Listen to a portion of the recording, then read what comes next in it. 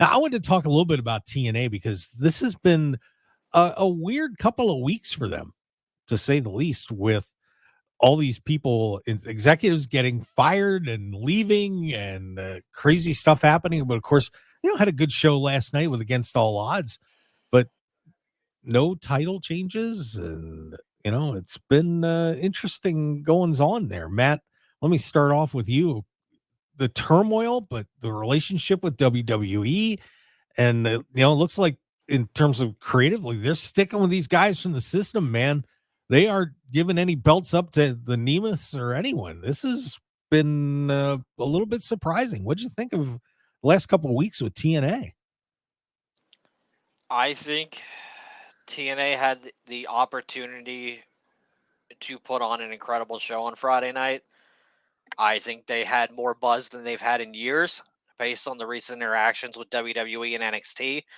I think a lot of people tuned in to Against All Odds, probably tuned into TNA for the first time in a while to check them out. And I feel like, minus the ending of the show with the Jeff Hardy return, they really dropped the ball creatively. I thought there was a lot of bad decisions on that show, a lot of wonky booking. Um, that was not the show to put on when you're trying to usher in a new era of your company. Um, I was very excited going into that show Friday night, and by the time it was done, I wish I watched Rampage instead. Wow. Ooh, ooh. I did not enjoy the show. I watched SmackDown that afternoon because it aired live in Scotland, so I covered that in the Friday afternoon for WrestleZone.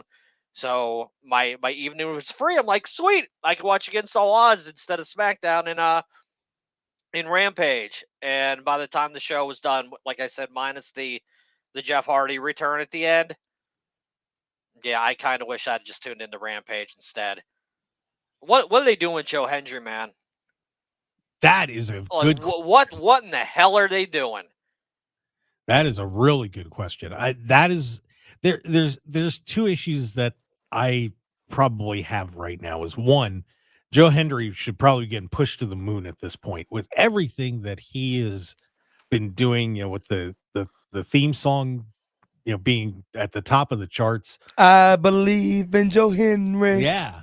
I mean, I'm playing it in my car. I'm torturing people in the streets with it. Seriously. I mean, how are they not getting him a bigger push and and him getting beat? And I'm By very I'm by Frankie surprised. Kazarian of all people. Yeah, And don't get me wrong, I love Frankie, like I do too. long time fan, but he's not the guy who should be pushed right now in 2024. He's the guy who should be helping the younger talents getting to the next level. And I thought Joe Hendry over Frankie Kazarian was a slam dunk. And I thought, you put Hendry over Kazarian, he's already kind of involved with the whole thing with the system. Maybe he can be the next challenger to Moose, because there was no way I expected. I knew Matt wasn't winning the title. Right. And then they make Hendry lose, and they pair him with Ace Steel. Literally Right. one of the most polarizing figures in professional wrestling. I have no clue what this company's thinking. And they still, despite the loss, had Hendry run out at the end to go up against the system just to get his ass kicked. It's Like, that what are they? What is this company doing? And that's the system, and that's what we miss Scott Demore. And you yeah, can tell you really miss the Scott Demore element of TNA yes, and how he puts stuff together. Because now the new owners, they got this new system where basically if you're not an ex WWE guy, you're not getting like pushed to the moon. AJ Francis, Mustafa Ali. If you're not an ex AEW guy, Matt Hardy. Now you got Jeff back in the mix. Joe Henry is a homegrown TNA talent that should be at the top of the card, mixing it up with the top talent known as Moose, the tag team champions with Kurt Hawkins. He should not be down losing to no Frankie Kazarian, like you just said, but that is the system that is going to be ultimate detriment to how TNA will be viewed throughout the rest of the year. You see how we was talking to WWE and all they've been doing for so long in the Paul Levesque era. and how they got the partnerships with the collaborations with Bloodsport. They got the partnerships with TNA now. So the only reason why we ever talk about TNA is now they're being ushered in and being collaborative with WWE. But the system that they got going on with TNA, like you said, you have to push your homegrown talent because you only have so long to capitalize on the spark and the hype. Mark just said we was at the TNA Battleground. I mean, not TNA, NXT Battleground show here in Las Vegas, and there was a lot of people in there chanting, "We believe in Joe Henry." They were just chanting the song out of random because and a lot of TNA chants for when Jordan Grace was out there too. Exactly, because Joe Henry has the same kind of hype right now that LA Knight just had last year, and WWE capitalized on it. That's a great comparison. So TNA, you need to wake up. You need to capitalize on this stuff with Joe Henry because once the fans are uninvested, they're uninvested, and once they leave the TNA exposure that you're getting right now from the USA Network, from Jordan Grace, from the women's division right now, from NXT, y'all need to capitalize on that right now and push this homegrown talent that you got with Joe Henry. I believe, Matt believe, Mark believe, everybody believe, and y'all need to put the rocket on this guy and get him in the top of the car right now. Because once this opportunity is lost, it's lost. And I want to throw one other thing out too. And you were talking about past WWE talent. But here's my question: what are they doing with the Nemeths? What are they doing with them? And here that should have been a slam dunk too. We're in Las Vegas, and it's nothing against Moose. I love Moose to death, but I would have thought that would have been a kind of a slam dunk title change there to get some exposure. You want to have those guys go back and forth, great, and then you get Ryan in there, and you've got a shot to at least put the tag titles on those guys, which would have been a great story. And you don't do that either. But that shocked me because I figured, okay, well, you're keeping the title on Moose. Well, at least give those guys the tag titles. But I don't know what exactly they have planned for the system. And it's nothing against those guys because I think they're all great talents. But people know who the Nemeths are. So you're pushing a lot of the WWE guys, but those two you're not. And I'm like, what? So I mean, nothing against TNA, and I'm not in the room, but that one didn't make sense to me on Friday night. That was the one that got me. It's a system that TNA is known for, and like I said, they're known for dragging stuff out when it comes to heel factions, to where they're gonna run roughshod for months on end. But what's gonna happen is, look at the emotion that you just displayed, that you're frustrated and that you thought something was gonna happen right then and there. This is what's gonna happen. The system's gonna run roughshod all the way until October. And what's in October, Mark? What's in October, Matt? Bound for Glory. Bound for Glory is gonna happen, and then the system is gonna have their just due. And then all the baby faces are gonna beat them, all the heels are gonna lose their title. This is a system that TNA has been on, that has displayed over the last decade. When it has come to Aces of Eights, when it has come to Main Event Mafia, when it has come to the heel LAX, all the heel factions get their just due and Bound for Glory. And I wish this was a system that would change with the new ownership. But what we're seeing, Matt, and Matt can attest to this, what we're seeing is it's a lot of politicking going on backstage with the guys that have been there for years, and they're politicking to hold their spot until Bound for Glory, where it makes sense now it makes sense for me to lose my title. Oh, now it makes sense for me to lose my spot. Oh, now it makes sense for the babyface to win. It's 2024. You need to mix it up because you got so much wrestling on there right now. I'll attest to Game Changer. You got Game Changer out there putting on a lot of big time shows, a lot of big time star-studded like upsets that keeping people invested on the internet, to where on a Friday you're not gonna want to tune in to TNA. You're gonna want to tune in to Triller TV and watch Game Changer.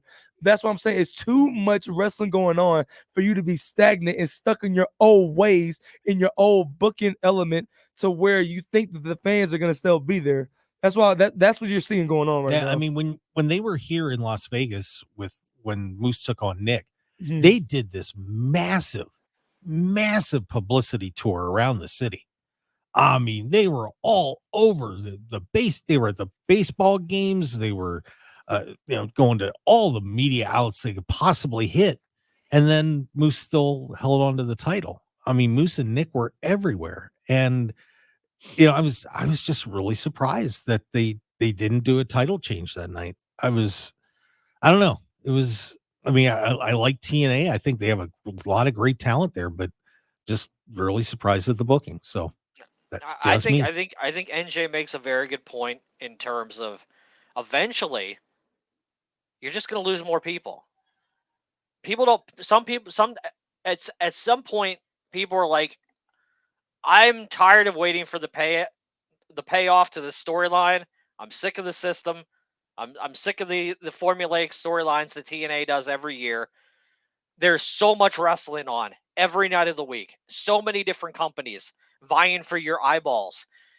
At this point, we're in an era where if the wrestling company doesn't give you what you want, there's another wrestling company that will. Yes. And you can't just rest in your laurels and like, oh yeah, we're TNA. We've been around for 2 decades and everything's going to be okay. You need to strike while the iron is hot.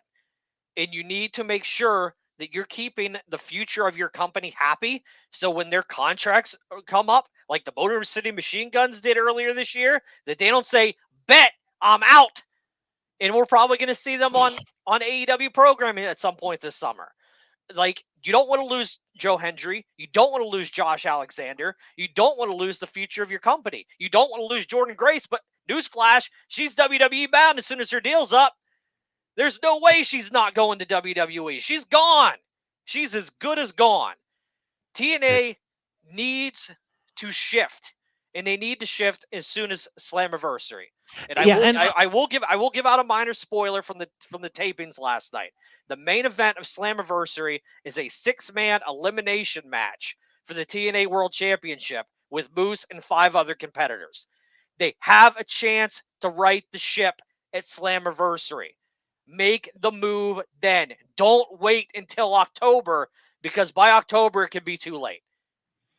Yeah, and I think it's very interesting when you guys are talking about moving forward, and you've got to keep this thing rolling. You've got to keep that ball pushing forward constantly, and the stagnation. We've seen it in so many companies. We're seeing all this stuff about WCW, for example, and think back about how they stagnated and fell into the NWO, and everybody just kept. No, we're going to NWO it until it dies. And well, you killed your company because of it, partially, which there's a fight going on right now. We're discussing this after 24 years, but think about that, Well, hey, it's a big topic of conversation right now with the show out right now. So it's perfectly acceptable conversation right now. Yeah, but TNA could put themselves in a position where somebody else could step in. There's another promoter out there that could take either. I mean, Scott D'Amore tried to buy the company. He did. From Anthem before they booted him. And the problem is, like, D'Amore can't even go work for like AEW or WWE right now because he's on some kind of non-compete. He's basically sitting at home for the next year, collecting a paycheck from Anthem instead of using his mind to let them steer the ship back in the right direction, which he was doing with this company last year. Right. I mean, the reaction in Las Vegas in January as opposed to April was very different. It was very different. Bigger crowd in January. And I'm sure that having Ospreay and Okada there didn't hurt. But that was the forward thinking. And it's amazing to me a lot of times that since I've really gotten into observing the wrestling business a lot tighter, is that so many people just are happy being where they're at, as opposed to wanting to push forward and wanting to get better and saying, well, and I'm okay with my little patch. And the problem is that somebody else out there is gonna move past you. Yeah, that's the same problem with the NWA. Billy Yeah, Corgan is very there's happy with his little niche product and his little niche company and his little niche fans. He does not want to change. He does not want to evolve the product in any way, shape, or form. And he's happy just hemorrhaging money for the company because he's putting on the wrestling product from the early 80s that he wants to see. But it's not doing him any good. He's not making any new fans. No one cares about the NWA. And if TNA doesn't right their ship sooner rather than later, they're going to be in a similar situation to what the NWA is going through right now. And that's a damn shame because honestly, TNA as a company deserves a lot more than that.